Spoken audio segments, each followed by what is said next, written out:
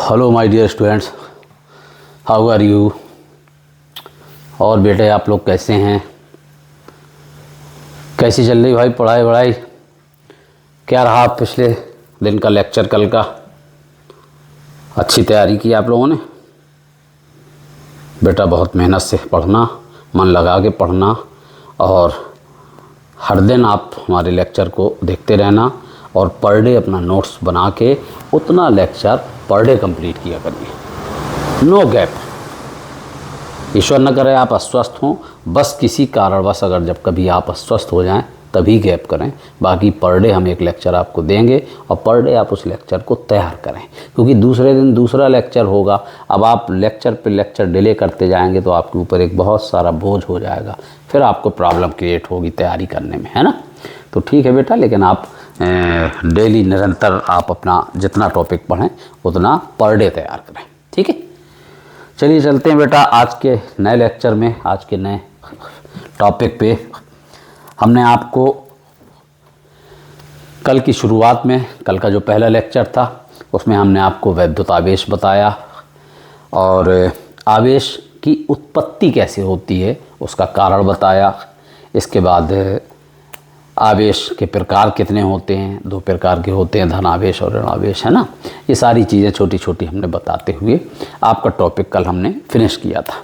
I hope आप उसको prepare कर चुके होंगे, और ना किया हो तो बेटा आज के बाद इस तरह की लापरवाही मत करिएगा आप लोग, आप पर डे उसको कंप्लीट करिए, ठीक।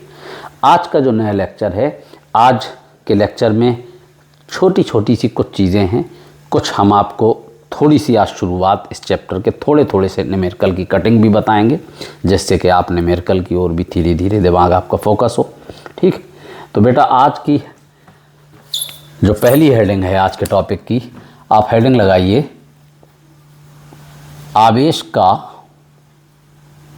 आवेश संरक्षण का सिद्धांत।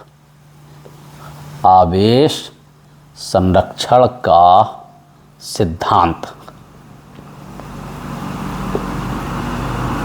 आवेश संरक्षण का सिद्धांत हमने आपसे पहले ही दिन बता दिया था कि बेटा जितना भी आप पढ़ें, आप पढ़ते टाइम जब हमारे लेक्चर पे आप अटेंड करें आके, तो अपना एक रजिस्टर, अपनी नोटबुक और अपना एक पेन ले के बैठा करें और जो भी हम बताएं आप उसको नोट किया करें। बस इतना ध्यान रहे कि जब हम आपको समझा रहे हों उस वक्त जो है आप लेक्चर को अपने डिस्टर्ब ना करें। जो समझने की चीज़ है पहले आप समझें, बाद में नोट करें, ठीक। तो क्या है आवेश संरक्षण का सिद्धांत। आवेश के बारे में आप पढ़ चुके हैं। संरक्षण का मतलब आप समझते हैं कि जिसको किसी चीज़ को सुरक्षित करके रखा जाए, बस वही उसका संरक्षण है ना, सेफ करके रख लिया जाए। तो आवेश संरक्षण का सिद्धांत नाम से ही समझो कि जिसमें आवेश संरक्षित रहता हो। मतलब इस सिद्धांत में बताया गया है कि बेटा आवेश को ना तो नष्ट किया जा सकता है और ना ही उत्पन्न किया जा सकता है। ना तो नष्ट किया जा सकता है और ना ही उत्पन्न किया जा सकता है, बल्कि एक रूप से दूसरे रूप में स्थानांतरित किया जा सकता है। कल हमने आपको बताया था पिछले लेक्चर में कि आवेश की उत्पत्ति कैसे होती है। तो हमने आपको दो परमाणु लिए और दोनों परमाणुओं को जब हम आपस में टकराते हैं, रगड़ते हैं, जिसको कहें हम घर्षण द्वारा आवेशन। कल आवेशन की 3 विधियां बताई थी, आपको डिटेलाइज करके बताई थी। तो घर्षण द्वारा यानी रब करके, फ्रिक्शन करके, रगड़ के आपस में, तो घर्षण करने से दोनों परमाणुओं को जब हमने आपस में टकराया, रगड़ा, तो क्या हुआ था कि इस परमाणु के इलेक्ट्रॉन उस परमाणु में पहुंच गए। और ऐसा भी हो सकता है कि इस परमाणु के इलेक्ट्रॉन इस परमाणु में ट्रांसफर हो जाए, ठीक। तो आवेश, इलेक्ट्रॉन माने आवेश, भाई इलेक्ट्रॉन पे ऋणावेश होता है ना। तो आवेश नष्ट तो नहीं हुआ, इस परमाणु से उस परमाणु में केवल ट्रांसफर हुआ।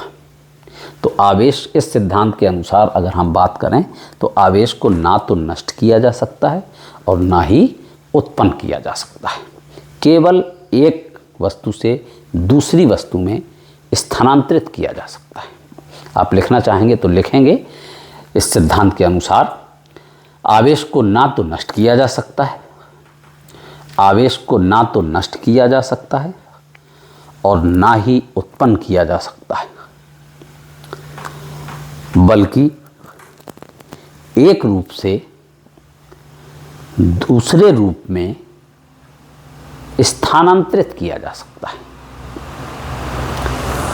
आवेश को ना तो नष्ट किया जा सकता है और ना ही उत्पन्न किया जा सकता है, बल्कि एक वस्तु से दूसरी वस्तु में स्थानांतरित किया जा सकता है।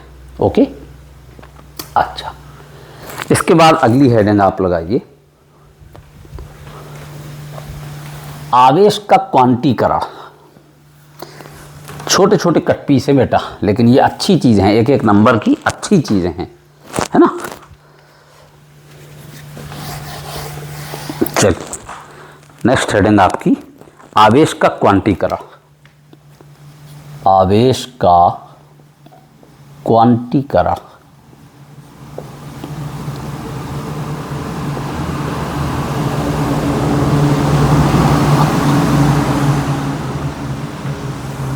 बेटा आवेश के क्वांटीकरण की बात करें हम तो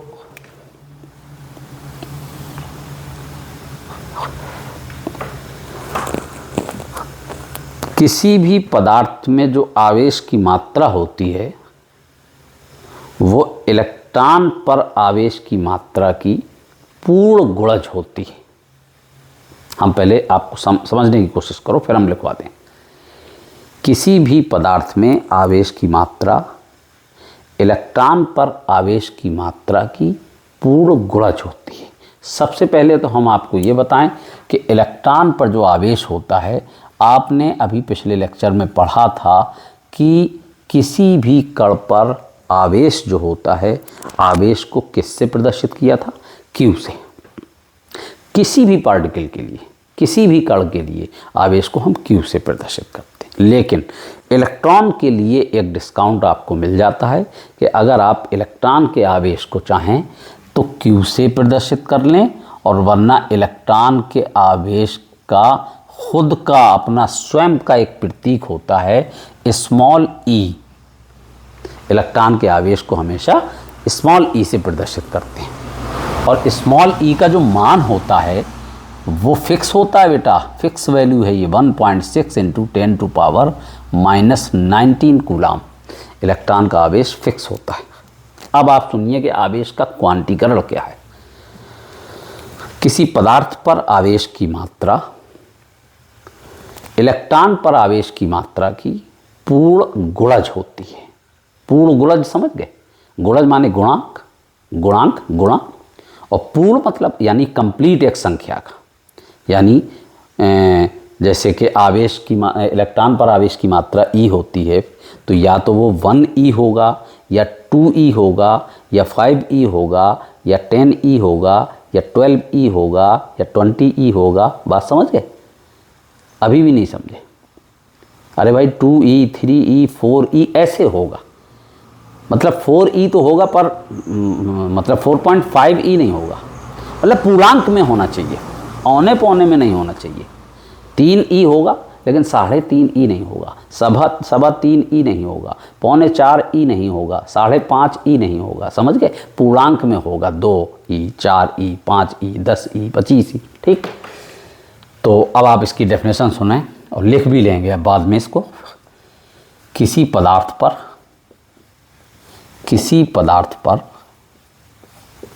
आवेश की मात्रा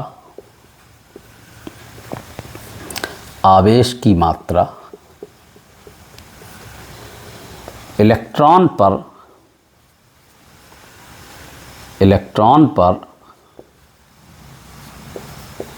आवेश की मात्रा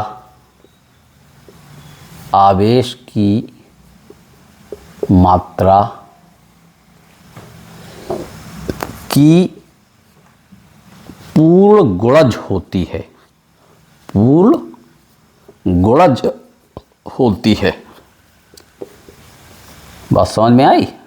अभी और क्लियर कर रहेंगे हम आपको, परेशान ना होइए आप लोग, धैर्य रखिए। हमने कल भी कहा था कि सिर्फ पेशेंस की ज़रूरत है। आप पेशेंस रखेंगे, आपको सब कुछ समझ में आएगा और आपकी बढ़िया तैयारी होगी फिजिक्स की। बहुत आराम से, बिल्कुल पढ़ने की कोशिश करिए, कोई जल्दबाजी की अभी ज़रूरत नहीं है। और स्पीड हमने कल भी कहा था कि जब हम समझ लेंगे स्पीड आपकी बढ़ा देंगे। किसी पदार्थ पर आवेश की मात्रा इलेक्ट्रॉन पर आवेश की मात्रा की पूर्ण गुणज होती है। अब समझना ध्यान से ज़रा, आवेश को Q से प्रदर्शित करते हैं। किसी पदार्थ पर आवेश की मात्रा उसको हम Q से प्रदर्शित करेंगे। इलेक्ट्रॉन पर आवेश की मात्रा उसको हम E से प्रदर्शित करेंगे। तो जो Q का मान होगा वो E का पूर्ण गुणज होगा। इलेक्ट्रॉन पर आवेश की मात्रा की पूर्ण गुणज यानी E का पूर्ण गुणज 1E 2E 3E ऐसे होगा। ठीक, समझो एक मिनट। यदि किसी वस्तु में, हम इस तरह से समझाना चाह रहे हैं आपको, यदि किसी वस्तु में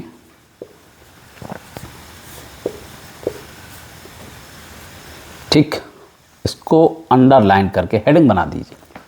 यदि किसी वस्तु में एक इलेक्ट्रॉन की कमी या अधिकता हो तो उस पर आवेश की मात्रा,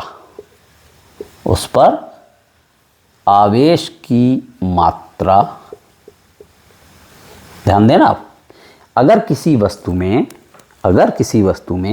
एक इलेक्ट्रॉन की कमी हो या एक इलेक्ट्रॉन की अधिकता हो तो उस वस्तु पर आवेश की मात्रा Q बराबर कितना होगा, 1E। एक इलेक्ट्रॉन की कमी है ना या एक इलेक्ट्रॉन की अधिकता है ना, तो उस पर आवेश की मात्रा Q बराबर क्या होगा, 1E। अब एक लिखना तो गंदी बात होता है ना, अच्छे बच्चे नहीं ऐसा करते। तो Q बराबर हमने क्या लिखा, E। अब यदि किसी वस्तु में 2 इलेक्ट्रॉन की कमी या अधिकता हो तो उस पर आवेश की मात्रा Q बराबर 2E हो जाएगा ना। एक इलेक्ट्रॉन की कमी या अधिकता हो तो Q बराबर 1E, 2 इलेक्ट्रॉन की कमी या अधिकता हो तो Q बराबर 2E। और अगर किसी वस्तु में 3 इलेक्ट्रॉनों की कमी या अधिकता हो तो उस पर आवेश की मात्रा Q बराबर 3E। 4 इलेक्ट्रॉनों की कमी या अधिकता हो तो Q बराबर 4E। 5 की हो तो Q बराबर 5E। 6 की हो तो Q बराबर 6E। और अगर n इलेक्ट्रॉनों की अधिकता या कमी हो तो आवेश की मात्रा Q बराबर Ne। फिर से समझ लो, एक इलेक्ट्रॉन की कमी हो तो Q बराबर 1E, 2 इलेक्ट्रॉनों की कमी या अधिकता हो तो Q बराबर 2E, 3 की हो 3E, 5 की हो 5E, n की हो Ne। तो Q बराबर क्या बनेगा, Ne। ये बेटा आवेश की गणना का फार्मूला आ गया। इस सूत्र से, इस फार्मूले से आप किसी वस्तु में आवेश की गणना कर सकते हैं। ओके, इसमें जो n है वो बेटा, n जो होता है वो एक पूर्णांक होता है, बस इतना याद रखिएगा आप। n एक पूर्णांक संख्या होती है, औनी पौनी आधी पूरी नहीं होना चाहिए, एक पूर्णांक होना चाहिए। 2 हो चलेगा, 2.25 ना हो, 2.25 ना हो, 2.5 ना हो, 5 हो, 5.5 ना हो। ठीक, तो n जो है एक पूर्णांक संख्या होती है। n is a positive integer, n is a integer number. ठीक, तो हमें उम्मीद है ये आपको आवेश का क्वांटीकरण समझ में आ गया होगा। किसी पदार्थ पर या किसी वस्तु में आवेश की जो मात्रा होती है वो इलेक्ट्रॉन पर आवेश की मात्रा की पूर्ण गुणज होती है। उस हिसाब से हमने देखा Q बराबर या तो E होगा, इलेक्ट्रॉन का आवेश E होता है, Q बराबर या तो E होगा या 2E या 3E। ठीक, इसको आप नोट कर लीजिए, आगे चलते हैं।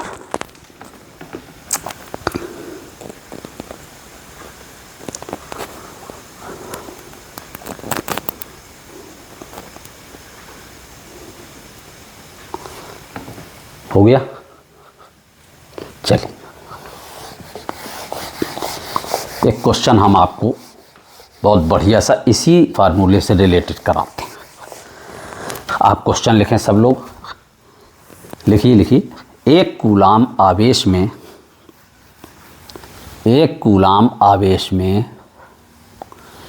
इलेक्ट्रॉनों की संख्या ज्ञात कीजिए। एक कूलाम आवेश में इलेक्ट्रॉनों की संख्या ज्ञात कीजिए। क्वेश्चन बेटा सबने लिख लिया? चलिए, एक कूलाम आवेश में इलेक्ट्रॉनों की संख्या, क्वेश्चन आपको हम भी लिख दें, एक कूलाम आवेश में इलेक्ट्रॉनों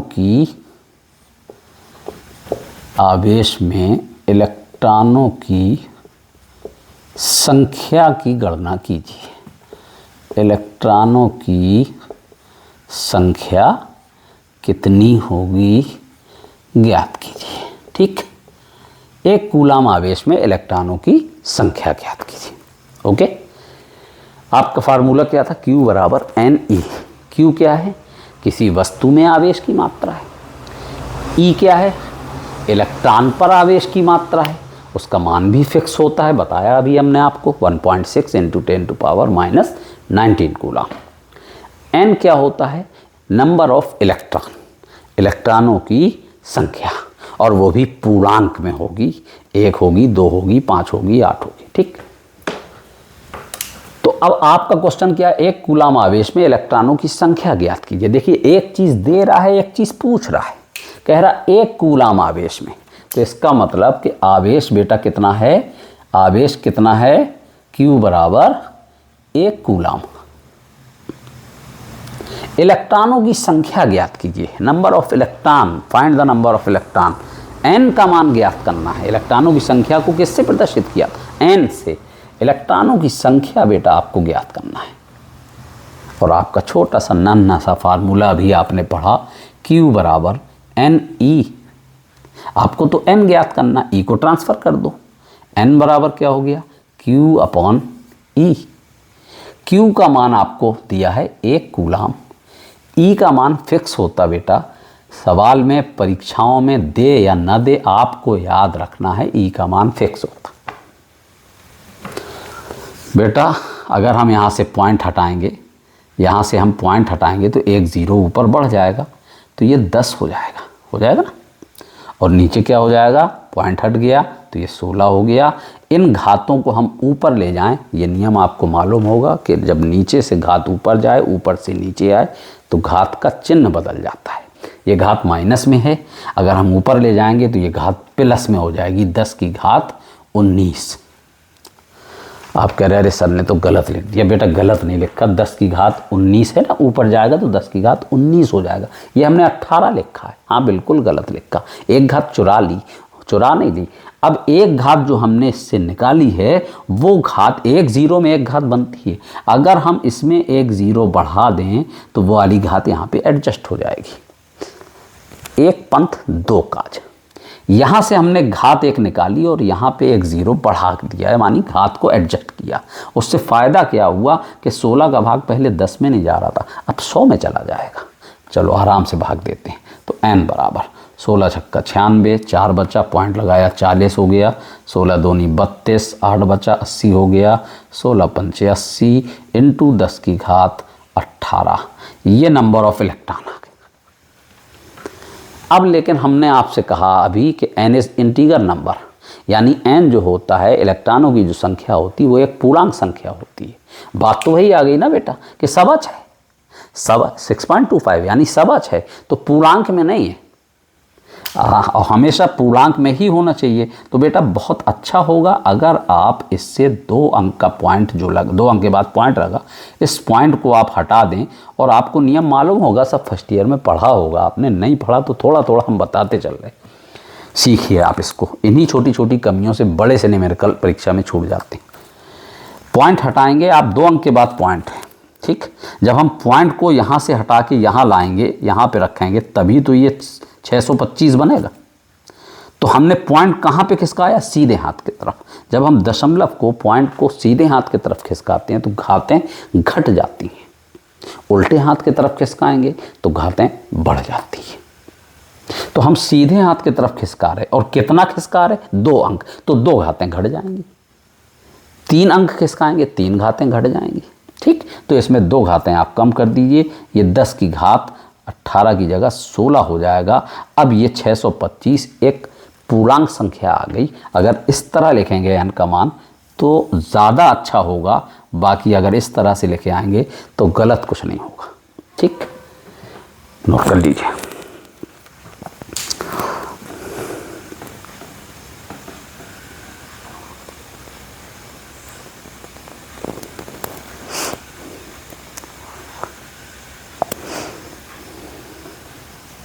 चलिए अगली हेडिंग आप डालिए, 2 आवेशों को तार द्वारा संबंधित करना। 2 आवेशों को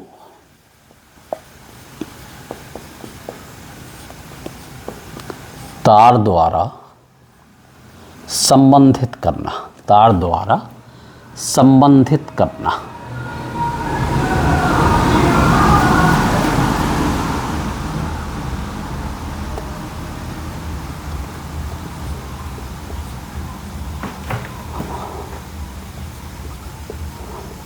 संबंधित करने का मतलब बेटा क्या हुआ, यानी तार के द्वारा जोड़ देना।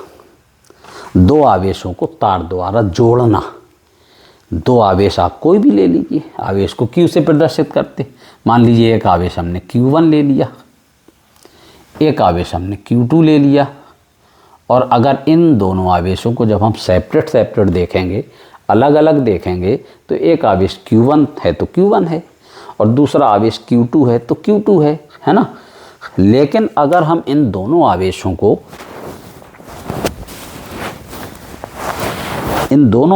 को किसी तार के द्वारा जोड़ दें, कनेक्ट कर दें, है ना।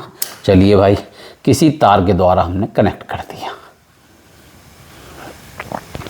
अगर हम तार के द्वारा जोड़ देंगे तो फिर अब जोड़ने के बाद बेटा पहले कड़ पर कितना आवेश हो जाएगा और दूसरे कड़ पर कितना आवेश हो जाएगा, ये तो मिक्स हो गया ना। तो अब तो बदल जाएंगे भाई, पहले जो है पहले कड़ पर आवेश था Q1 और दूसरे कड़ पर आवेश था Q2।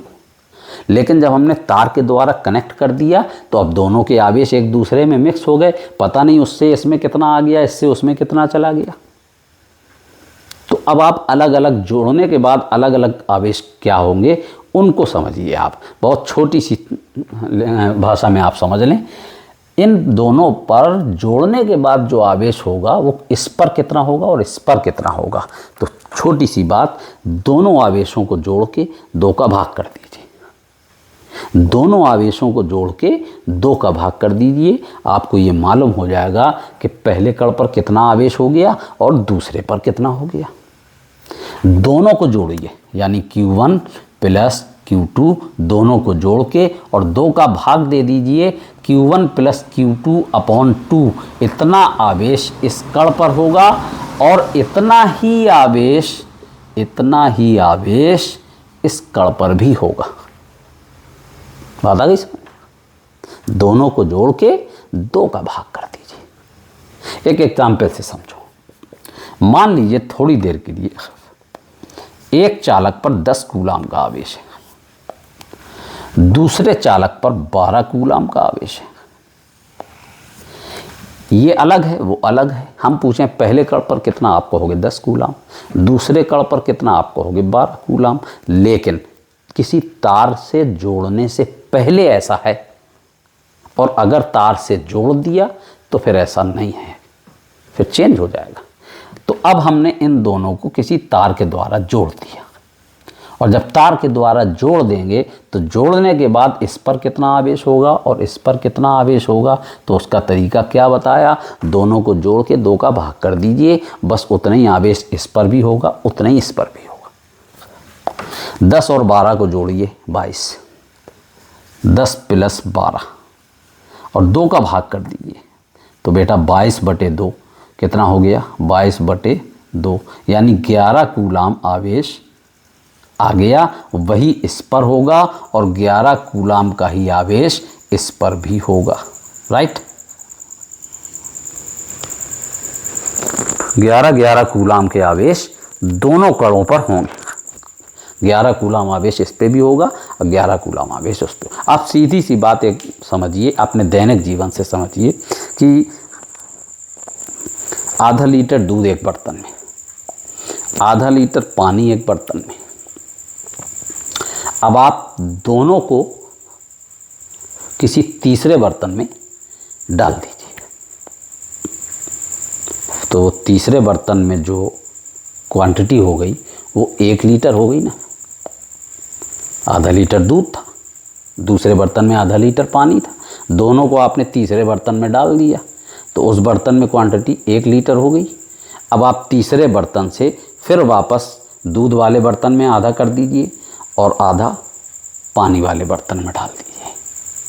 पहले हमने देखा कि पहले दूध वाले में आधा लीटर दूध था, पानी वाले में आधा लीटर पानी था, लेकिन जब हमने दोनों को मिक्स करके फिर से पलटा, ठीक, आधा ही लीटर उसमें डाला, आधा ही लीटर उसमें डाला, लेकिन उसमें आधा लीटर दूध नहीं गया और उसमें आधा लीटर पानी नहीं गया, बल्कि आधा लीटर दूध आधा उसमें जो पहले बर्तन में डाला उसमें आधा पानी और आधा दूध, यानी पावर पानी पावर दूध गया, और दूसरे बर्तन में जो डाला उसमें भी पावर दूध और पावर पानी गया। बात समझ में आ गई? तो हम हमेशा दोनों को जब मिक्स कर देंगे तो आधी आधी मात्रा हो जाती है, इसलिए हम दोनों को जोड़ के, तो अब आधा लीटर दूध आधा लीटर पानी को जोड़िए, है ना, और जोड़ के 2 का भाग करिए। बात समझ गए? तो आधा मतलब पावर दूध पावर पानी इस बर्तन में जाएगा और पावर दूध पावर पानी उस बर्तन में जाएगा। ये होता है किसी तार द्वारा आवेशों को जोड़ने के बाद आवेश की गणना करने का तरीका, कि दोनों को जोड़ के आप 2 का भाग कर दीजिए। ठीक, नोट करिए।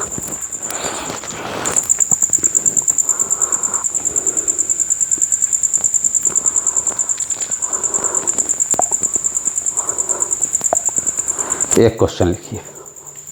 चलिए,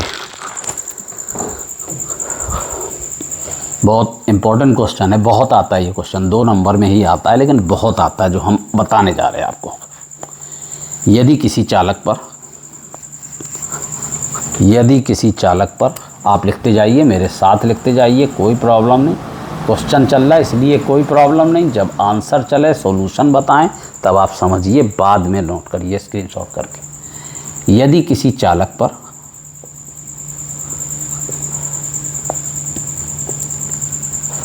आठ कूलाम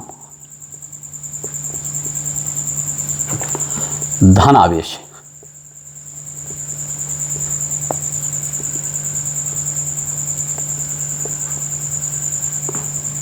तो बताइए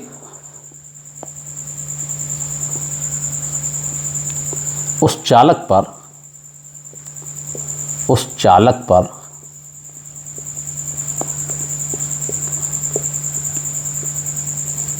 कितने इलेक्ट्रॉनों की अधिकता या कमी होगी। बहुत बढ़िया क्वेश्चन बेटा, बहुत आता परीक्षा में, इंपॉर्टेंट क्वेश्चन। यदि किसी चालक पर 8 कूलाम धनावेश है, इस पॉइंट को आप नोट करिए, 8 कूलाम धनावेश है, ठीक। तो उस चालक पर कितने इलेक्ट्रॉनों की अधिकता होगी या कमी होगी, ठीक। अब आप समझिए सॉल्यूशन जरा किस तरह सॉल्व करेंगे। एक चीज़ आपको दी है इस सवाल में, क्या कह रहा है, एक चालक है, उस चालक पर 8 कूलाम का धनावेश, यानी आवेश की मात्रा बता रहा है, Q बराबर कितनी, 8 कूलाम, और वो भी कैसा आवेश है बेटा, धन आवेश है, ध्यान रखना। कह रहा उस चालक पर कितने इलेक्ट्रॉनों की कमी या अधिकता है, कितने इलेक्ट्रॉनों की संख्या पूछ रहा आपसे कि कितने इलेक्ट्रॉनों की अधिकता है या कितने इलेक्ट्रॉनों की कमी। इलेक्ट्रॉनों की संख्या, नंबर ऑफ इलेक्ट्रॉन, n से प्रदर्शित करेंगे, n का मान पूछ रहा, आप उसके आगे क्वेश्चन मार्क लगा दिए। न्यूमेरिकल लगाने का बेटा यही तरीका होता है। जब हम न्यूमेरिकल लगाएंगे बताएंगे तो आपको उसका पैटर्न भी समझाएंगे कि न्यूमेरिकल कैसे लगाया जाता। ये तो छोटा सा एक सवाल है, फिर जब न्यूमेरिकल की बारी आएगी तो पूरे पैटर्न से समझाएंगे। आवेश Q बराबर 8 कूलाम है और इलेक्ट्रॉनों की संख्या पूछ रहा है आपसे, n का मान ज्ञात करना। बस वही छोटा सा सूत्र, Q बराबर NE। तो n बराबर n ज्ञात करना ना, तो E को अपॉन में ले आओ, Q अपॉन E। अच्छा बेटा, Q का मान दे रहा 8 कूलाम और E का मान तो अपने बाप की बपौती है, वो तो है ना, E का मान तो फिक्स होता है 1.6 इंटू 10 की घात -19। हल करिए भाई, इसका पॉइंट हटाएं, यहाँ पे एक 0 बढ़ेगा तो 80 हो जाएगा, नीचे 16 बचेगा, तो 16 पंचे 80 या 16 पचाई 80। ऐसे ही तो पढ़ते थे कक्षा 3 में, जब कॉन्वेंट में पढ़ते थे, नहीं पढ़ते थे? 16 पचाई 80 हैं, 16 पंचे 80। अच्छा, अब इन घातों को हम ऊपर ले गए तो बेटा ये -19 घातें हैं, जब ऊपर ले जाएंगे तो 10 की घात +19 हो जाएगा। बेटा ये n का मान आ गया, ये नंबर ऑफ इलेक्ट्रॉन आ गया। कितने इलेक्ट्रॉनों की संख्या आई? 5 इंटू 10 की घात 19 इलेक्ट्रॉन है। लेकिन अब आंसर अभी अधूरा है। आपने ये तो बता दिया कि कितने इलेक्ट्रॉन हैं, 5 इंटू 10 की घात 19 इलेक्ट्रॉन, लेकिन वो ये भी पूछ रहा है कि कितने इलेक्ट्रॉनों की अधिकता होगी या कमी होगी। अब हम पीछे बैठ जाएं ज़रा पिछले लेक्चर में। तो बेटा हमने आपको बताया था कि जब दो परमाणुओं को आपस में टकराते हैं, टकराने के बाद ऊर्जा उत्पन्न होती है और उस ऊर्जा को जो आवारा इलेक्ट्रॉन बाहर घूम रहे थे वो तुरंत एब्जॉर्ब कर लेते हैं और इसके बाद दूसरों के घरों में कब्जा ठोकने लगते हैं। तो वो ऊर्जा पा के कहाँ पहुँच जाते हैं? वहाँ। तो हमने क्या बताया था उसमें कि अगर इस परमाणु से इलेक्ट्रॉन उस परमाणु में पहुँच गए तो जिससे निकलेंगे, यानी जिस परमाणु में इलेक्ट्रॉनों की कमी होती है, इलेक्ट्रॉनों की कमी होती है, उस पर धन आवेश आ जाता है। भाई इलेक्ट्रॉन की कमी होने का, इलेक्ट्रॉन पर ऋण आवेश होता है और इलेक्ट्रॉन की कमी होने का मतलब कि उसमें ऋण आवेश की कमी हो गई, और जब ऋण आवेश की कमी होगी तो धन आवेशित होगा वो। और अगर इलेक्ट्रॉन आ जाते हैं तो इलेक्ट्रॉन की वृद्धि हो जाती है, ऋण आवेश की वृद्धि हो जाती है, तो वो चालक ऋण आवेशित होता है। तो इलेक्ट्रॉन की कमी होना क्या बताता है? कि उस चालक पर धन आवेश है। इलेक्ट्रॉन की अधिकता क्या बताता है? कि उस चालक पर ऋण आवेश है। ठीक, अब उल्टा बोल रहे हैं हम। इलेक्ट्रॉन की कमी क्या बताता है? कि उस चालक पर धन आवेश है। इलेक्ट्रॉन की कमी बताता है कि उस चालक पर धन आवेश है। इसको उल्टा बोलिए, अगर किसी चालक पर धन आवेश है तो इसका मतलब इलेक्ट्रॉनों की कमी। आपसे साफ साफ कह रहा कि उस चालक पर 8 कूलाम धन आवेश है। जब बेटा उस चालक पर धन आवेश है तो धन आवेश तो तभी होगा जब इलेक्ट्रॉन कम होंगे उससे। भाई इलेक्ट्रॉन माने ऋण आवेश, जब ऋण कम होगा तभी तो धन आवेश बनेगा। तो अगर उस पर धन आवेश है तो इसका मतलब कि इलेक्ट्रॉनों की कमी है। तो इतने इलेक्ट्रॉनों की क्या होगी? कमी होगी। आप आगे लिख दीजिए, इतने इलेक्ट्रॉनों की कमी होगी। अगर वो ये कह देता कि इतने कूलाम ऋणावेश है तो आप कहते हैं कि इलेक्ट्रॉनों की अधिकता होगी। ओके,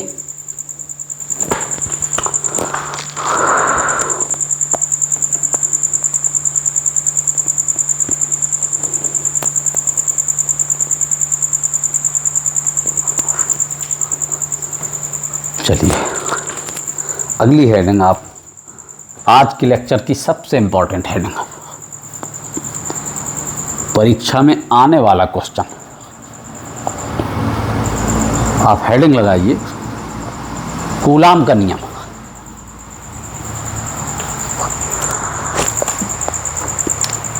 कूलाम का नियम।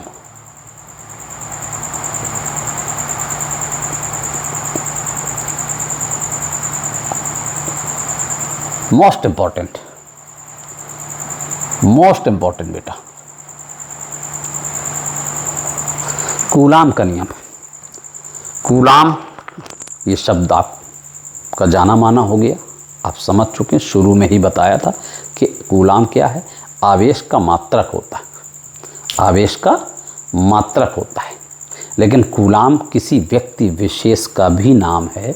कूलाम साहब एक वैज्ञानिक थे जिन्होंने अपने ही नाम पे आवेश का मात्रक रख दिया था ताकि ज़िंदगी भर उनको हमेशा याद किया जाए। तो भाई महान लोग हुआ करते थे, ऐसा थोड़ी ना कि मेहनत करके छोड़ के चले गए उनको भूल जाएं लोग, कभी नहीं भूल पाओगे। फिजिक्स पढ़ोगे कूलाम साहब को पढ़ोगे, फिजिक्स पढ़ोगे न्यूटन साहब को पढ़ोगे, फिजिक्स पढ़ोगे गैलीलियो को पढ़ोगे, फिजिक्स पढ़ोगे आर्किमिडीज को पढ़ोगे, तो बेटा ये इन नामों को आप कभी भूल नहीं सकते। फिजिक्स पढ़ोगे तो आइंस्टीन को ज़रूर पढ़ोगे, है ना। तो कूलाम साहब ने अपना जो नियम दिया था बेटा, उस नियम को आप अगर इस तरह से समझें कि फर्स्ट ईयर में आपने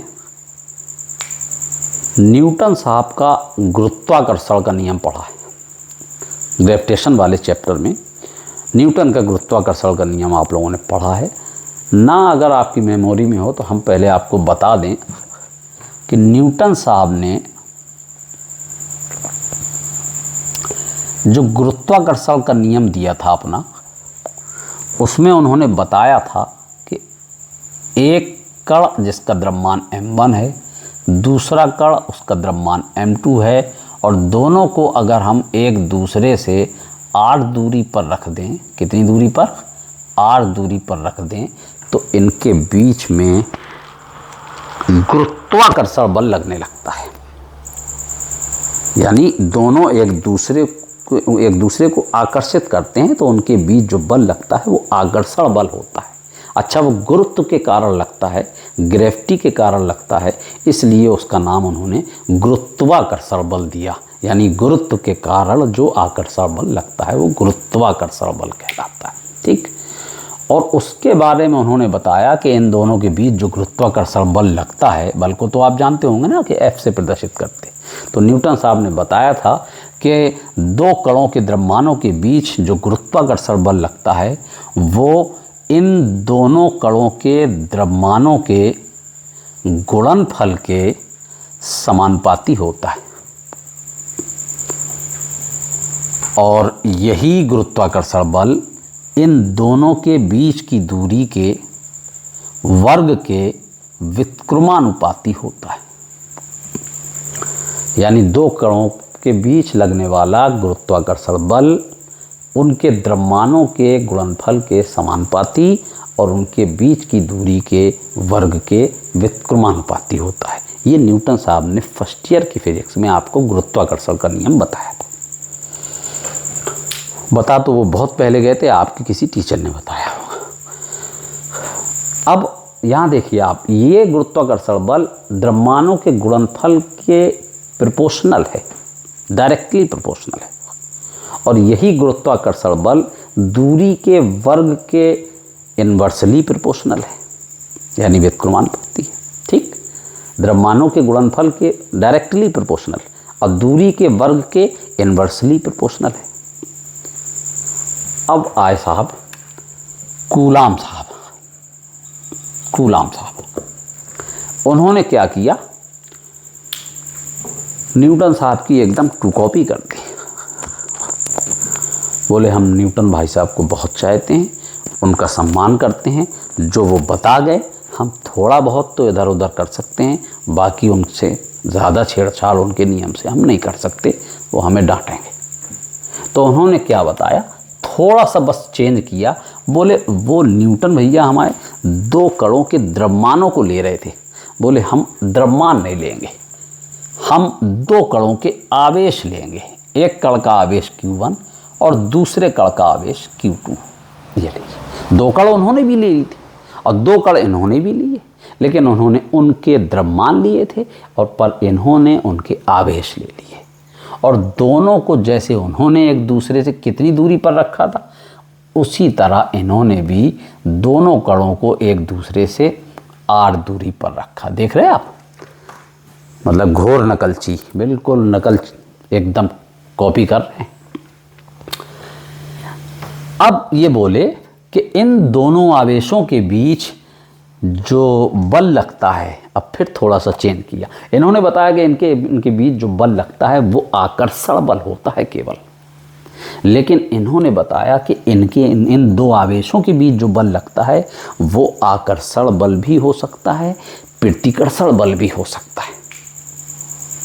ये था गुरुत्वाकर्षण बल। और गुरुत्वाकर्षण बल सिर्फ एक प्रकार का होता है, इकलौता होता है आकर्षण बल। लेकिन इन आवेशों के बीच जो बल लगता है वो वैद्युत बल होता है।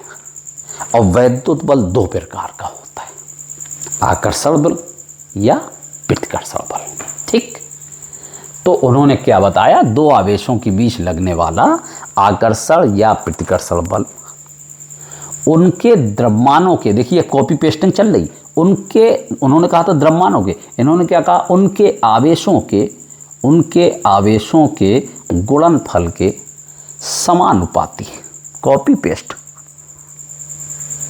तथा यही आकर्षण या प्रतिकर्षण बल उनके बीच की दूरी के वर्ग के व्युत्क्रमानुपाती होता है। राइट, कॉपी पेस्टिंग, थोड़ा सा अंतर। फिर से आप सुनिए, उसको भूल जाइए, अब इसको सुनिए, वो तो फर्स्ट ईयर में पढ़े। दो आवेशों के बीच लगने वाला आकर्षण या प्रतिकर्षण बल उन आवेशों के गुणनफल के समानुपाती तथा उनके बीच की दूरी के वर्ग के व्युत्क्रमानुपाती होता है। फिर से सुनिए, आप घर पे लिखिएगा आराम से। दो आवेशों के बीच लगने वाला वैद्युत बल कह दो केवल, ना मतलब ऐसे कहो कि आकर्षण बल या प्रतिकर्षण बल, दोनों के नाम न लो तो सीधे वैद्युत बल कह दो। वैद्युत बल कह दोगे तो दोनों आ जाएंगे। दो आवेशों के बीच लगने वाला वैद्युत बल उन आवेशों के गुणनफल के समानुपाती और उनके बीच की दूरी के वर्ग के व्युत्क्रमानुपाती होता है। ये था कूलाम का नियम। चलिए आगे बढ़ते हैं।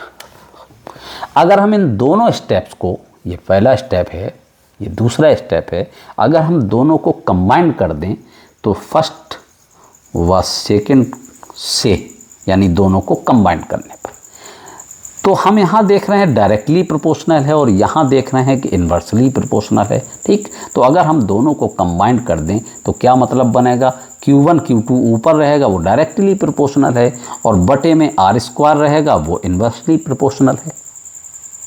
और जब हम इस सिंबल को, इस साइन को हटाते हैं, बेटा आप नियम इसका याद रखिए, अगर ना मालूम हो कि जब इस साइन को कभी भी हटाओगे तो इक्वल का साइन आता है और साथ में बेटा कोई कांस्टेंट ज़रूर लेके आता है।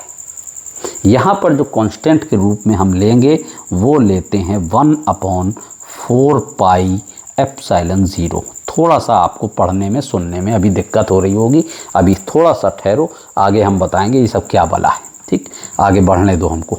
1/4 पाई एप्सिलॉन 0 ये पूरा एक कांस्टेंट है और बाकी यहाँ पर क्या था, Q1 Q2 अपॉन R²।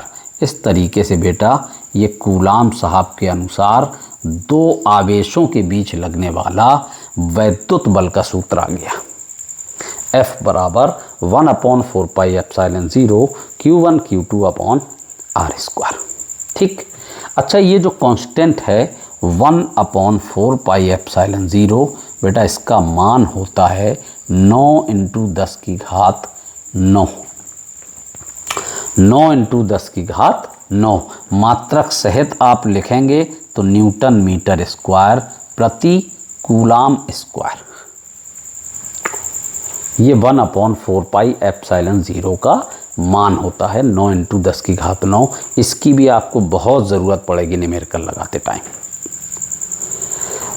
अब ये किस चिड़िया का नाम है, ये बेटा क्या है ना, इसी को आप थोड़ा सा परेशान हो रहे सुन के कि क्या सर कह रहे हैं बार बार एप्सिलॉन एप्सिलॉन, है ना। बेटा इसको जो है हम एप्सिलॉन क्या पढ़ते हैं, एप्सिलॉन। अब समझ में आया, एप्सिलॉन, और चूंकि उसमें 0 लगा है तो एप्सिलॉन 0 या एप्सिलॉन नॉट, वैसे सही मायने में तो एप्सिलॉन नॉट कहना चाहिए, लेकिन आप एप्सिलॉन नॉट कह दो या एप्सिलॉन 0 कह दो, एप्सिलॉन नॉट, है ना, नॉट कह दो चाहे 0 कह दो, आपको जो आसान लगे, गलत कुछ भी नहीं है, सब शुद्ध है। एप्सिलॉन नॉट या एप्सिलॉन 0। अब पढ़ते तो इसको एप्सिलॉन नॉट या एप्सिलॉन 0 पढ़ते हैं, एप्सिलॉन 0 कहते क्या है, पढ़ते तो एप्सिलॉन ज़ीरो हैं, कहते क्या हैं? तो बेटा इसको कहते हैं निर्वात की वैद्युतशीलता। निर्वात की वैद्युतशीलता। समझ में आई बात? पढ़ते क्या है इसको? एप्सिलॉन ज़ीरो या एप्सिलॉन नॉट, लेकिन कहते क्या है? निर्वात की विद्युतशीलता। अगर इसमें ज़ीरो ना लगा हो बेटा, अरे भाई ज़ीरो नहीं लगा होगा तो केवल क्या पढ़ेंगे? एप्सिलॉन। और ज़ीरो लगा होगा तो एप्सिलॉन ज़ीरो, और ज़ीरो नहीं लगा होगा तो एप्सिलॉन। तो अगर ज़ीरो नहीं लगा होगा तो उसको हम पढ़ेंगे एप्सिलॉन, लेकिन अब उसका मतलब बदल जाएगा। ये निर्वात की वैद्युतशीलता होती है, और अगर ज़ीरो नहीं लगा है तो ये किसी माध्यम की वैद्युतशीलता होती है, किसी माध्यम की वैद्युतशीलता। अगर ज़ीरो लगा है तो उसको हम एप्सिलॉन ज़ीरो पढ़ेंगे और क्या कहेंगे? निर्वात की वैद्युतशीलता। और अगर ज़ीरो नहीं लगा है तो उसको केवल एप्सिलॉन पढ़ेंगे और उसको क्या कहेंगे? किसी माध्यम की वैद्युतशीलता। राइट? चलिए नोट करिए।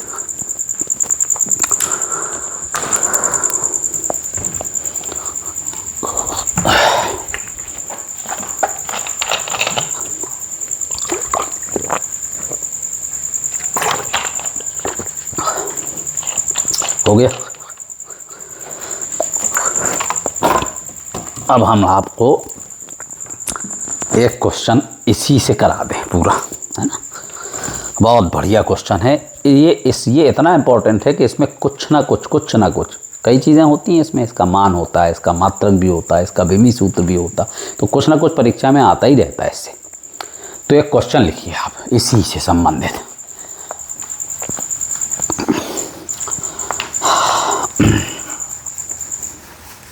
हाँ, एक चीज़ और इस क्वेश्चन से पहले बेटा, एक चीज़ और, एक नोट लिखिए कूलाम के नियम में। कूलाम के नियम में एक नोट आप लिख लीजिए, थोड़ा समझा दें हम आपको, फिर लिखिएगा। आपने पढ़ा कूलाम का नियम, क्या पढ़ा? कूलाम के नियम में आपने पढ़ा कि कूलाम साहब ने क्या बताया? दो आवेशों के बीच लगने वाला आकर्षण या प्रतिकर्षण बल, जिसको हम वैद्युत बल कह सकते हैं, उसमें दोनों आ जाएंगे। दो आवेशों के बीच लगने वाला आकर्षण या प्रतिकर्षण बल उन आवेशों के गुणनफल के समानुपाती और उनके बीच की दूरी के वर्ग के व्युत्क्रमानुपाती। यही पढ़ा। तो हम जो कूलाम साहब उसमें जो कह रहे हैं कि दो आवेशों के बीच लगने वाला आकर्षण या प्रतिकर्षण बल, है ना, तो हम उसको समझाना चाह रहे हैं। आकर्षण बल कब लगेगा और प्रतिकर्षण बल कब लगेगा, है ना? तो बेटा पहला पॉइंट समझिए, समान आवेशों के बीच आप लिखिए, खुद लिखिए आप, समान आवेशों के बीच प्रतिकर्षण बल लगता है। समान आवेशों के बीच प्रतिकर्षण बल लगता है। दूसरा पॉइंट लिखिए, विपरीत आवेशों के बीच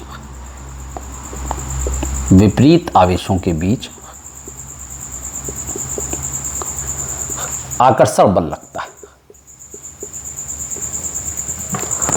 विपरीत आवेशों के बीच आकर्षण बल लगता है। अब आप समझने की कोशिश करिए जरा। समान आवेशों के बीच प्रतिकर्षण बल लगता है। समान आवेश का मतलब हुआ कि दोनों आवेश धनात्मक हों, अगर प्लस क्यू तो दूसरा भी प्लस क्यू। अगर ऐसे दो आवेश होंगे तो इनके बीच कैसा बल लगेगा बेटा? प्रतिकर्षण बल। यानी दोनों आवेश एक दूसरे को प्रतिकर्षित करेंगे, एक दूसरे को दूर फेंकेंगे। ये आवेश इस आवेश को, देखो, पास बुलाने का मतलब तो आकर्षण हो गया, और दूर फेंकने का मतलब, तो दूर फेंकने का मतलब कि ये आवेश इससे कहेगा चलो हटो, चलो हटो भाई, अपनी ओर खींचेगा तो वो तो आकर्षण हो गया। और दूर फेंकने, प्रतिकर्षित करने का मतलब दूर फेंकना, तो ये आवेश इस आवेश से कहेगा चलो जाओ दूर। यानी ये आवेश इस पर जब बल लगाएगा तो उसकी दिशा कहाँ होगी, उस तरफ। और जब ये आवेश इस पर बल लगाएगा तो ये आवेश इससे कहेगा चलो हटो दूर, हटो दूर, तो ये कहाँ बल लगाएगा, इस तरफ। तो समान आवेशों के बीच कौन सा बल होगा, प्रतिकर्षण बल। दोनों एक दूसरे को प्रतिकर्षित कर रहे हैं। अगर ये माइनस क्यू आवेश है, दूसरा भी माइनस क्यू आवेश है बेटा, दूसरा भी माइनस क्यू आवेश है ना, तो अब भी तो समान हुए। अरे भाई समान का मतलब यही थोड़ी ना कि दोनों प्लस प्लस क्यों, अगर दोनों माइनस माइनस के हैं तब भी समान हुई, है ना। तो अगर दोनों माइनस माइनस के हैं तो भी समान आवेश हुए, और जब समान आवेश हैं तो उनके बीच कौन सा बल, प्रतिकर्षण बल। तो ये इससे कहेगा चलो हटो दूर, और ये इससे बोलेगा चलो हटो दूर। बात आ गई। अब आ जाते हैं ज़रा हम दूसरे पॉइंट में। विपरीत आवेशों के बीच आकर्षण बल लगता है ना। विपरीत आवेश का मतलब ये हुआ कि अगर एक पॉजिटिव चार्ज है और दूसरा नेगेटिव चार्ज है तो दोनों के बीच कौन सा बल होगा, आकर्षण बल होगा बेटा। यानी दोनों एक दूसरे को आकर्षित करेंगे, दोनों एक दूसरे को अपनी ओर खींचेंगे। ये आवेश इस आवेश को अपनी ओर खींचेगा, ऐसे करके, ऐसे करके। तो ये कहाँ को होगा, एरो इसका ऐसे इस तरफ को बल लगाएगा, ऐसे खींचेगा। और जब ये आवेश इस पर बल लगाएगा तो ये भी कौन सा, आकर्षण बल लगाएगा ना। विपरीत है तो आकर्षण लगाएगा, तो आकर्षण का मतलब अपनी ओर खींचना। तो ये आवेश इस आवेश को ऐसे खींचेगा, ये। तो समान आवेश एक दूसरे को क्या करते हैं, प्रतिकर्षित करते हैं, रिपल करते हैं, दूर फेंकते हैं। और विपरीत आवेश क्या करते हैं, एक दूसरे को आकर्षित करते हैं, आकर्षित करते हैं, एक दूसरे को अट्रैक्ट करते हैं, पास लाते हैं। विपरीत आवेश एक दूसरे को रिपल करते हैं, दूर फेंकते हैं, प्रतिकर्षित करते हैं। समान आवेश एक दूसरे को पास लाते हैं, आकर्षित करते हैं, अट्रैक्ट करते हैं। राइट। इसका भी स्क्रीनशॉट ले लीजिए आप, काम आएगा आपके।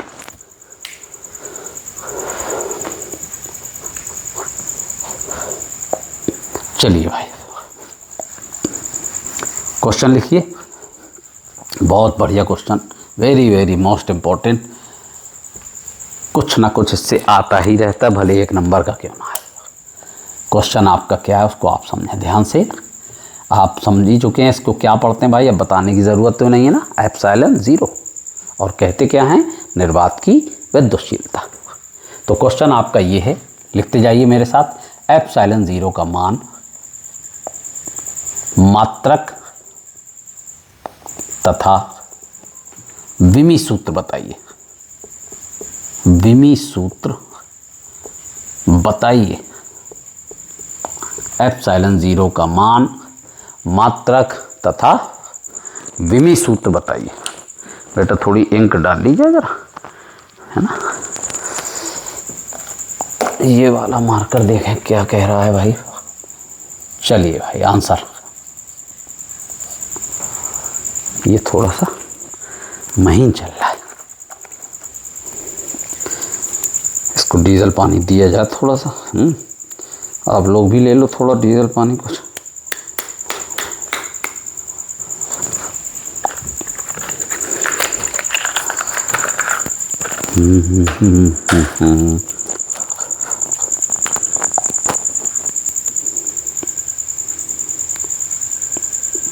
आ जाओ भाई, आ जाओ भाई। अरे इसमें तो कुछ है ही नहीं, इसमें तो भाई कुछ नहीं, खाली हो गई। चलो इसको लाते हैं।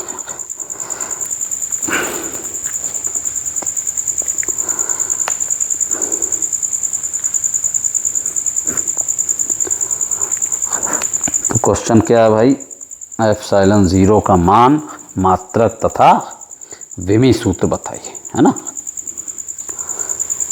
तो बेटा एप्सिलॉन ज़ीरो क्या है, निर्वात की विद्युतशीलता, है ना। अरे भाई ये तो खुल गई खुल गई खुल गई खुल गई खुल गई खुल गई भाई खुल गई।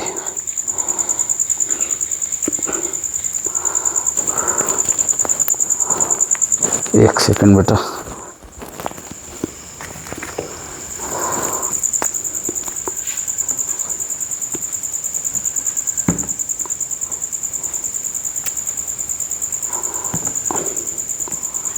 ये बात चलिए।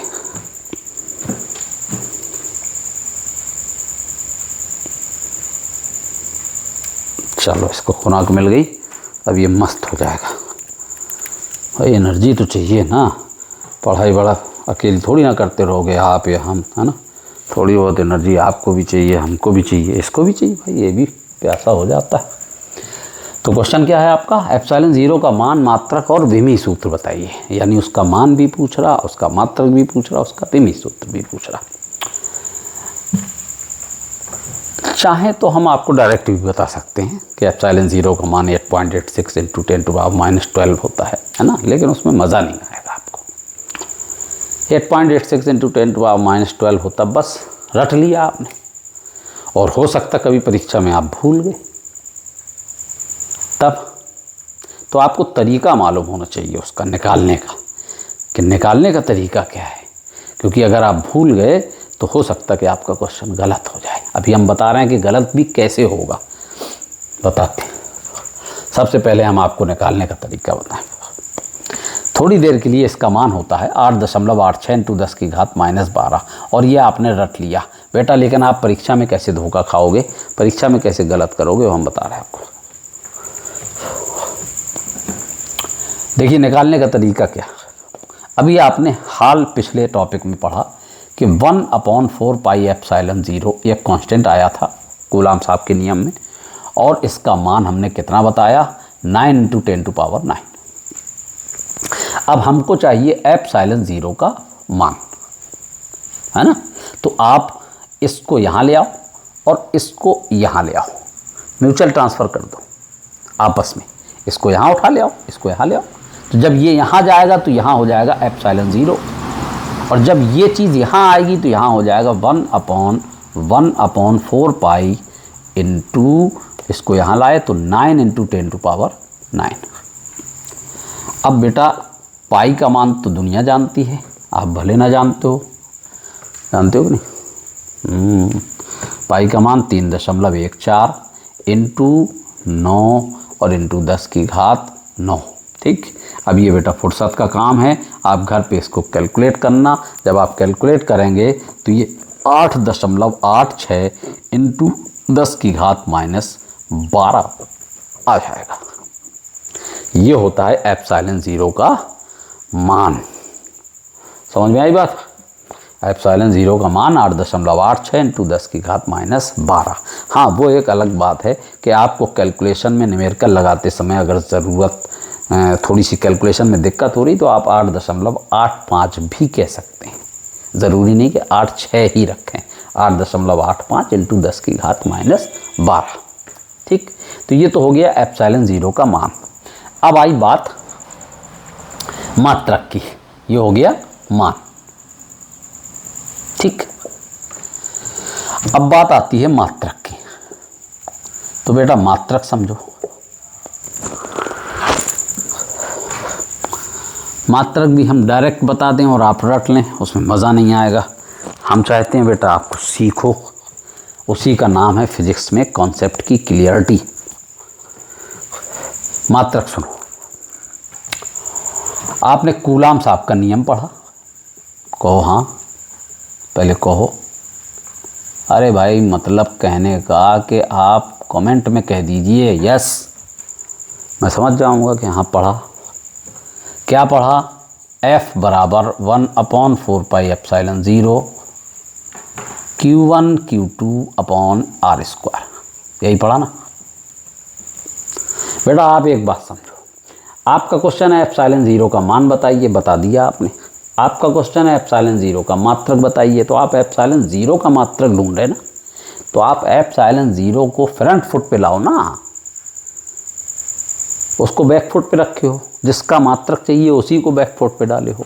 अरे भाई इसको आप फ्रंट फुट पे लाओ और इसको यहाँ ले जाओ, ठीक, इसको चलो यहाँ लाओ, एप्सिलॉन 0 बराबर एफ को यहाँ लाओ 1/4 पाई एफ हो गया into Q1 Q2 upon are square, बस मात्रक बन गया। समझिए एप्सिलॉन 0 का मात्रक आपको बनाना है बेटा, आप समझो 1/4 पाई, ये तो सब संख्याएं हैं, संख्याओं का तो कोई मात्रक होता नहीं है। 1 संख्या है, 4 संख्या है, पाई 22/7 3.14 वो भी संख्या है, कोई मात्रक नहीं होता संख्या का। ठीक, अब आइए आप, ये आवेश हैं ऊपर दोनों, और आवेश का मात्रक क्या होता है? कूलाम। तो इसका कूलाम तो क्या बन गया बेटा? कूलाम स्क्वायर बन गया ना, कूलाम इंटू कूलाम स्क्वायर। अब बटे में आओ, बटे का मतलब ऐसे भी लगा सकते हैं जिसको हम प्रति कह देते हैं, प्रति, है ना। अब बटे में क्या है? F बल है, R दूरी है, बल का मात्रक क्या होता? न्यूटन, बल का मात्रक न्यूटन, दूरी का मात्रक मीटर होता, उसमें स्क्वायर लगा तो ये हो गया मीटर स्क्वायर। तो इस तरह से एप्सिलॉन 0 का मात्रक बन गया कूलाम स्क्वायर प्रति न्यूटन मीटर स्क्वायर। आप इसको चाहें तो शॉर्ट में ऐसे लिख सकते हैं, प्रतीक के रूप में, परीक्षा में भी आप ऐसे ही लिखेंगे जैसे बता रहे, कूलाम स्क्वायर प्रति न्यूटन मीटर स्क्वायर। ठीक, अब आ जाते हैं हम एप्सिलॉन 0 का विमी सूत्र। तो बेटा जैसे मात्रक बनाया वैसे ही मात्रक से ही विमी सूत्र बन जाएगा, है ना। कूलाम स्क्वायर, तो कूलाम किसका मात्रक है? आवेश का, है ना। और आवेश की विमा क्या होती? बहुत सिंपल, फर्स्ट ईयर में आपने डायमेंशन एनालिसिस पढ़ा, विमी विश्लेषण निकाली होंगी तमाम सारी विमाएं। अभी हाल हमने पिछले लेक्चर में एक छोटा सा सूत्र बताया था, Q बराबर I/T। I धारा है, धारा की विमा A होती है, फर्स्ट ईयर में पढ़ा है। T समय है, समय की विमा T होती है। तो इस तरह आवेश की विमा क्या बन गई? AT। चलो भाई, कूलाम आवेश का मात्रक होता है और इसकी विमा हम यहाँ पे रखेंगे AT। अच्छा, उसके ऊपर स्क्वायर लगा है तो बेटा इन दोनों के ऊपर स्क्वायर आ जाएगा, A2 T2। बटे में आ जाइए, न्यूटन किसका मात्रक होता? बल का। चलो भाई, बल की विमा फर्स्ट ईयर में आपने पढ़ी MLT-2, MLT-2, ये बल की विमा हो गई। मीटर स्क्वायर, मीटर किसका मात्रक? दूरी का, और दूरी की विमा, दूरी का मतलब लंबाई, और लंबाई की विमा L, तो लंबाई की विमा हो गई L, उसमें स्क्वायर लगा तो ये हो गया L2। अब बेटा एक काम करो, इन सब को ऊपर ले जाओ। तो देखो नीचे M अकेला है और M के ऊपर कै घातें हैं, हमें तो दिख नहीं रही। आप देखो भाई, नहीं हम चश्मा लगाएं। अच्छा, आप कह रहे एक, बताओ दिखाई दे रही किसी को? एक कहीं देख रही? झूठ ना बोला करो। M के ऊपर कौन सी घात दिखाई दे रही? चलो भैया, मान लिया। किसी भी सिंबल के ऊपर, किसी भी राशि के ऊपर अगर कोई संख्या नहीं है तो समझ जाओ कि उसके ऊपर एक घात मानी जाती है। ठीक, हाँ, तो ये M की घात 1 दिखी ना, हमको भी दिखी। हाँ, M की घात 1, और इसको ऊपर ले जाएंगे तो ये हो जाएगा M की पावर -1, चिन्ह बदलेगा ना घात का। L में देखिए, L में 2 घातें तो इसमें हैं, और L के ऊपर देखो यहाँ पे भी घात दिख तो नहीं रही, समझो एक घात है, तो 2 और 1 3 घातें हो गई, और इन 3 घातों को आप ऊपर ले जाएंगे तो L की घात कितना बनेगा? -3। T की घात -2 है नीचे, इसको ऊपर ले जाओ तो ये T की घात +2 हो जाएगा, और T की घात +2 पहले से है ऊपर, तो T की घात कितना बन गया? 4, और A की घात 2 पहले से ऊपर है। तो इस तरह से बेटा एप्सिलॉन 0 का विमी सूत्र क्या बना? M-1 L-3 T4 A2। ठीक, ये इसका मान होता है 8.86 × 10⁻12 ये इसका मात्रक होता है कूलाम स्क्वायर प्रति न्यूटन मीटर स्क्वायर, और ये इसका विमी सूत्र होता M-1L-3T4A2, राइट। अब आप इसको नोट कर लीजिए, ये आपका एक इम्पॉर्टेंट क्वेश्चन हो गया।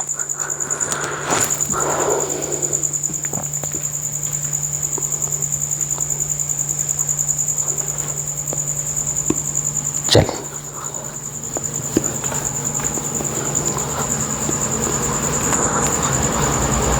छोटे से आपको छोटी छोटी दो चीज़ें और बता दें और आज का लेक्चर यहाँ पे फिनिश कर दिया जाए। फिर 5 मिनट आपके और ले लिए जाएं।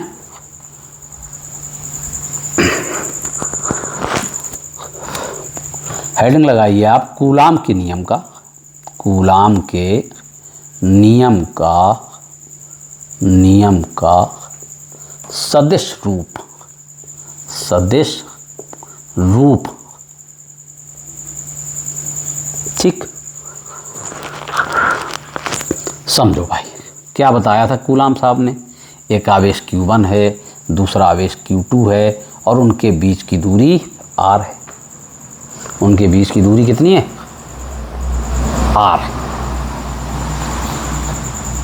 अच्छा, आप एक बात समझिए, ये दोनों पॉजिटिव हैं, इसमें माइनस कहीं दिखाई दे रहा? नहीं दिख रहा। इसका मतलब ये दोनों पॉजिटिव हैं। पॉजिटिव का मतलब दोनों एक जैसे हैं, समान आवेश। और जब समान आवेश हैं तो प्रतिकर्षण बल होगा उनके बीच, यानी ये इस पर प्रतिकर्षण बल लगाएगा, दूर फेंकेगा, ये इस पर जो बल लगाएगा वो कहाँ जाएगा? इस तरफ।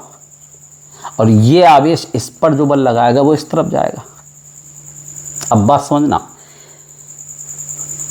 दूसरे आवेश पर जो बल लग रहा है, पहले आवेश के कारण दूसरे आवेश पर जो बल लग रहा है वो ये लग रहा, ठीक। तो हम इसको किस तरह लिखेंगे? F21। F21 का मतलब समझे, यानी दूसरे आवेश पर पहले आवेश के कारण लगने वाला बल, दूसरे आवेश पर पहले आवेश के कारण लगने वाला बल F21। और जब ये आवेश इस आवेश पर बल लगाएगा, यानी दूसरा आवेश पहले आवेश पर बल लगाएगा, तो ऐसे तो लगाएगा, ये आवेश इसको कहेगा चलो हटो दूर, तो ये आवेश इस आवेश पर जो बल लगाएगा वो इस तरफ को लगाएगा, ठीक। तो हम उस बल को कैसे लिखेंगे? भाई दूसरा आवेश लगा रहा ना, और कहाँ लगा रहा? पहले आवेश पर लगा रहा।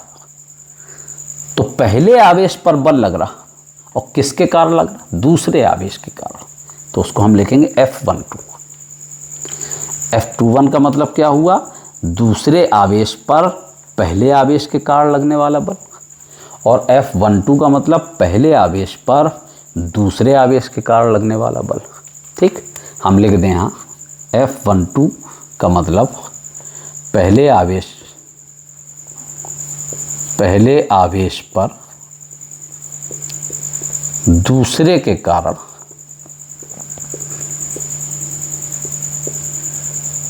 बल, और F21 का मतलब दूसरे आवेश पर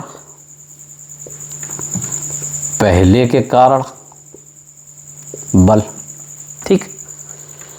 अब कूलाम साहब ने जो बताया वो ये बताया बेटा, F बराबर 1/4πε0 Q1 Q2/R², यही बताया था ना। आपकी हेडिंग है कूलाम के नियम का सदिश रूप। तो ये कूलाम का नियम तो है, लेकिन कूलाम के नियम का सदिश रूप नहीं है, वेक्टर फॉर्म नहीं है। बताइए कहीं पे वेक्टर दिखाई दे रहा? फर्स्ट ईयर में पढ़ा आपने वेक्टर, एरो लगा के, कहीं पे भी एरो लगा है, तो हम कैसे मान लें कि ये सदिश रूप? अब बल चूंकि सदिश राशि होती है बेटा, सदिश राशि होती है, तो अब अगर बल सदिश राशि होती तो हम बल के ऊपर वेक्टर लगा दें, तो जब वेक्टर दिखेगा तब तो हम कह सकते हैं कि ये सदिश रूप है, ठीक। तो अब देखो वेक्टर दिखा, लेकिन ये तो हमने बेटा ज़बरदस्ती में लगा दिया, था तो नहीं। लेकिन अब उसको हम बैलेंस कैसे करें, है ना। जैसे हम कभी कभी देखते हैं कि 5 इस तरफ जोड़ा तो 5 उस तरफ भी जोड़ा, ऐसा करते हैं ना। तो बैलेंस करने के लिए हम उस तरफ भी जोड़ते हैं, ठीक। तो अगर हमने इस पे वेक्टर लगाया तो इस तरफ भी तो वेक्टर दिखना चाहिए हमें। अब आवेश अदिश राशि होती, हम वेक्टर लगा नहीं सकते। भाई बल सदिश राशि होती तो हमने उसमें वेक्टर लगा दिया, ठीक है। आवेश तो अदिश राशि होती है, आपने पिछले लेक्चर में पढ़ा, क्योंकि अदिश राशि इसलिए होती कि वो एक गुण होता है और गुण की कोई दिशा होती नहीं, तो आवेश तो अदिश राशि होती। आर दूरी है, दूरी भी अदिश राशि होती, तो हम जबरन थोड़ी ना उसके ऊपर कोई वेक्टर लगा देंगे, ये पूरा कांस्टेंट होता है, यहाँ पे कुछ मतलब नहीं। और वेक्टर हमें चाहिए, तो कैसे आएगा बेटा? तो आप समझो, अगर हम पहले आवेश पर दूसरे के कारण बल निकाल लें तो हम उसको F12 लिखेंगे, तो फिर दूसरे आवेश से पहले आवेश तक की हम दूरी लेंगे, और वो दूरी बेटा क्या होगी? R, और उसको क्या लिखेंगे? दूसरे आवेश से पहले आवेश तक की दूरी R21, ठीक। लेकिन देखो अभी वेक्टर फिर भी कहीं नहीं दिख रहा। अब हम इसके ऊपर क्या करेंगे? एक कैप लगा देंगे। फर्स्ट ईयर में पढ़ा ना कैप, कैप माने टोपी, टोपी तो दुनिया पहना रही है, आर के ऊपर आप पहना दो, उसमें कौन सी बहुत बड़ी उलझन है ना? हमने भी पहना दी, ठीक। कैप तो बेटा आपने फर्स्ट ईयर में पढ़ा कि ये जो एरो होता है ये तो वेक्टर होता है, लेकिन जो कैप होता है ये एकांक वेक्टर होता है, यूनिट वेक्टर होता है। और एकांक वेक्टर का नाम ही जब उसका एकांक वेक्टर है तो उसका मतलब कि जिसका मान 1 होता है वो एकांक वेक्टर कहलाता। तो इसका मान क्या होगा? अगर एक आपने कैप लगा दी, इसका मान 1 होगा, 1। और यहाँ पे इसका मान अगर 1 रख दें तो इसमें हम 1 का गुणा कर दें, अभी देखो इसको भूल जाओ, जैसे इनटू इसका मान हम 1 रख दें, अब 1 का गुणा इन सब में करेंगे तो इतना ही तो रहेगा, तो 1 का गुणा करने से उसकी सेहत पे कोई फ़र्क तो नहीं पड़ेगा। तो हम इसका मान क्या होता? 1, तो हम ये रख सकते हैं ना R21, ताकि इसका मान भी 1 रहेगा तो कोई फ़र्क भी नहीं है, और वेक्टर का वेक्टर आ गया, क्योंकि हमें इस तरफ वेक्टर लिया था तो इस तरफ भी वेक्टर लेना हमको कंपलसरी हो गया था। और सांप मरे लाठी ना टूटे, इसलिए हमने एकांक वेक्टर ले लिया ताकि उसका मान भी 1 रहे और हमें वेक्टर भी दिख जाए। तो अब दोनों तरफ वेक्टर लग गया। इस तरह से हम इसको कह सकते हैं कूलाम के नियम का सदिश रूप। या ये तो हमने इसके लिए बताया, पहले आवेश पर दूसरे के कारण जो बल लग रहा, और अगर हम कह देते कि दूसरे आवेश पर पहले के कारण जो बल लग रहा F21 है ना, तो वो क्या होता? 1/4 पाई एप्सिलॉन 0 Q1 Q2/R² होता ना, ठीक। तो बेटा अब जब हम इस पे वेक्टर लगाते तो फिर हम इस तरफ भी वेक्टर चाहिए था, तो जब दूसरे आवेश पर पहले के कारण लगने वाला बल, दूसरे आवेश पर पहले के कारण लगने वाला बल ये है F21, तो यहाँ से इसकी दूरी क्या बन जाएगी? R12, F12 में R21, 12 में 21, तो 21 में 12, और इसके ऊपर एकांक वेक्टर लगा दीजिए, ये आपका हो गया वो वाला, ठीक। ये होता है कूलाम के नियम का सदिश रूप। स्क्रीनशॉट करिए आप।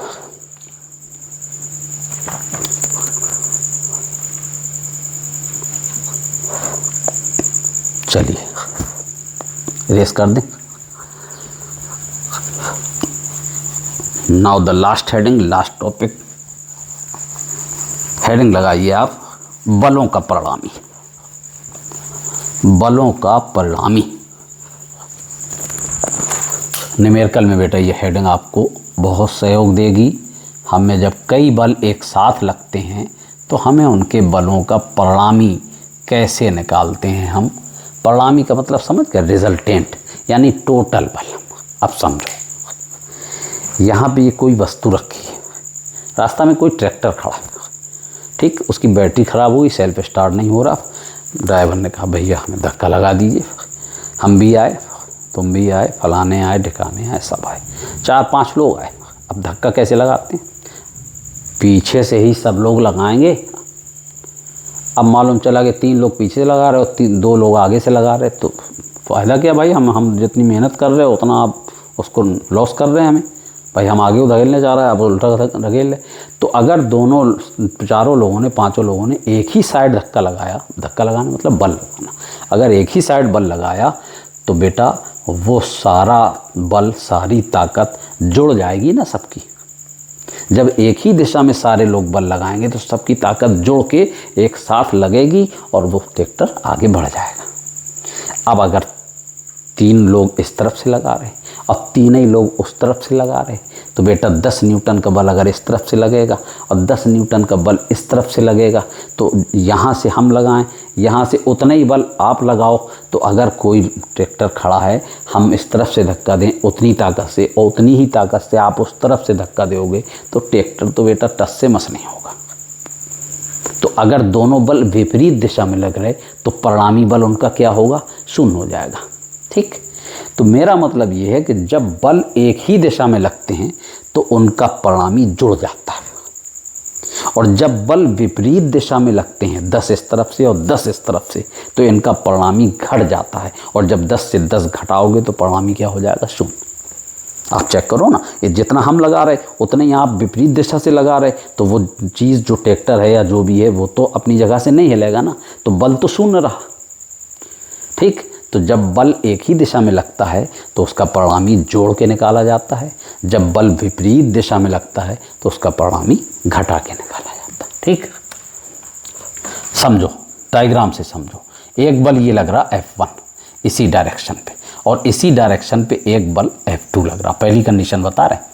अब इन दोनों बलों का जब हम परिणामी निकालेंगे तो बेटा इन दोनों को परिणामी एक ही दिशा में अगर लग रहे हैं तो इन दोनों का परिणामी जोड़ के निकालेंगे। दूसरी कंडीशन क्या है?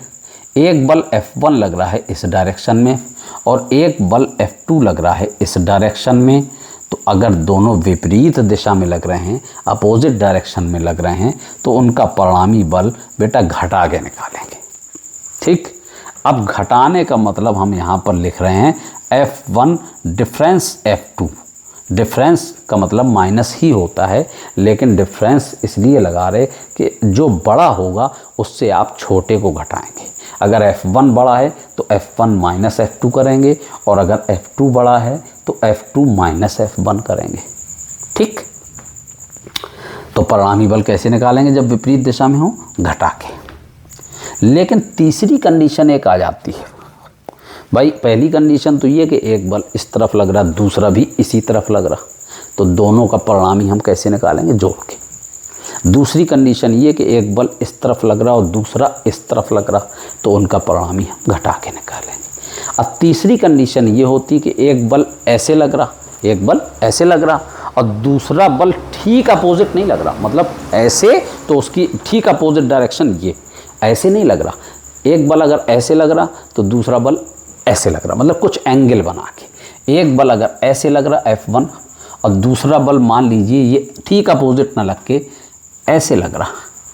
देखो बेटा, ना ये तो समान डायरेक्शन में है, देखो जैसे इस तरह है, ना तो ये समान डायरेक्शन में है, और ये इस तरीके से देखो तो ना तो ये विपरीत डायरेक्शन में है, बल्कि दोनों के बीच की कंडीशन है, यानी दोनों के बीच में कोई एंगल बन रहा, मान लो थीटा।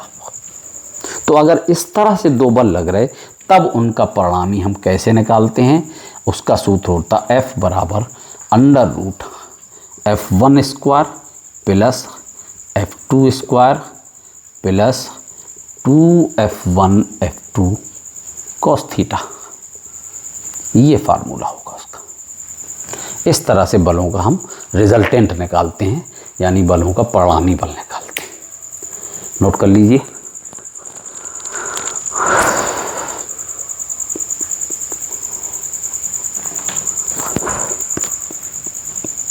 इरेज कर दें।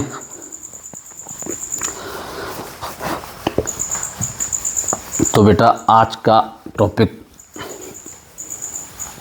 काफ़ी हो गया। आज के इस टॉपिक को आप प्रिपेयर करेंगे और आप इस बात से निश्चिंत रहिए कि आपकी फिजिक्स में अब कोई प्रॉब्लम आएगी नहीं, इस बात से निश्चित रहिए। ठीक, एक एक पॉइंट टू पॉइंट हम पढ़ाएंगे, प्रॉब्लम आएगी ही नहीं, और फिर भी कोई प्रॉब्लम आएगी तो हम हैं, आप हमसे संपर्क करिए, कमेंट के ज़रिए हम आपकी समस्या को दूर करेंगे। ठीक, और बस एक बात का ख्याल रखिए कि जितना टॉपिक आप पढ़ें पर डे उसका नोट्स बनाएं और इसके बाद उसको रिवाइज करें। थोड़ी देर बैठ के आपके मन मस्तिष्क में सीधा पहुंच जाएगा। सीधा तो हम लेक्चर जब देंगे उसी समय पहुंच जाएगा, लेकिन अगर आपने एक बार घर पे और प्रैक्टिस कर ली तो बिल्कुल एकदम बिल्कुल जान हो जाएगा आपके दिमाग में। ठीक, तो आप जितना टॉपिक पढ़ें उतना पर डे तैयार करें। बोझ अपने कंधों पे न ला दें कि मालूम चला 3 दिन के 3 टॉपिक पढ़े हैं और अब आप जो है आपको लग रहा बोझ कि हम कैसे तैयार करें। और एक टॉपिक भी छूटता है बेटा तो फिर कॉन्सेप्ट जब क्लियर नहीं होता तो न्यूमेरिकल्स में दिक्कत आती है ना। जब आप न्यूमेरिकल्स लगाओगे इस चैप्टर की, बैठोगे न्यूमेरिकल लगाने, तो फिर आपको ये दिक्कत आएगी कि हम इसका परिणामी बल पूछ रहे हैं, इसमें कैसे निकालें, चूँकि मालूम ही नहीं है कि 2 बल एक ही दिशा में लगते हैं तो परिणामी बल जोड़ के निकाला जाता। तो इसलिए आपका टॉपिक छूटा तो आपको समस्याएँ खड़ी होंगी। आप जितने एक टॉपिक डेली पढ़ें और डेली उसको तैयार करें। ठीक, तो बेटा हम जितनी मेहनत करें, ईमानदारी से आप लोग भी मेहनत करते रहिएगा। बस ईश्वर ने चाहा तो आपकी फिजिक्स एकदम बम फट जाएगी, मज़ा आ जाएगा आपको। आप मेरे साथ जुड़े रहिए, पढ़ते रहिए। थोड़ा सा आप, हम चूँकि आपसे हमें और तो कुछ नहीं मिलता, अगर हमारे चैनल को आप सब्सक्राइब करेंगे, लाइक करेंगे, अपने दोस्तों में शेयर करेंगे, तो आपके जितने भी दोस्त यार हैं, आपके जितने भी सगे संबंधी हैं, सब तक इस मैसेज को पहुंचाइए ताकि बच्चे पढ़ सकें, घर बैठे अपनी तैयारी कर सकें। और उसका थोड़ा बहुत हमें कहीं ना कहीं सहारा भी ये मिलेगा कि अगर हमारे चैनल को आप विस्तृत करेंगे तो एक दिन आप उम्मीद रखिए कि हम आपके सामने सारी फैसिलिटी जो डिजिटल बोर्ड और ये वो सब होता है, सब हम आपको कोशिश करेंगे जल्दी से जल्दी डिजिटल बोर्ड पे आपको पढ़ाने की कोशिश करें। लेकिन थोड़ा सा हमारा सहयोग करिए। हमारे चैनल को आप अपने दोस्तों में, मित्रों में, अपने भाई बहनों में, अपने कजिन्स में, सब में शेयर करिए, लाइक करिए, सब्सक्राइब करिए, हमारा सब्सक्रिप्शन बढ़ाइए, हमारे चैनल को शेयर करिए ताकि ज़्यादा से ज़्यादा ग्रोथ हो सके, हम आपके लिए मेहनत कर सकें, हम आपके लिए अपने आप को अपडेट कर सकें। ठीक, आज का टॉपिक हम यहीं पे विराम करते हैं। कल फिर आते हैं इसी चैप्टर के नए टॉपिक के साथ, नए ऊर्जा के साथ। Okay, bye.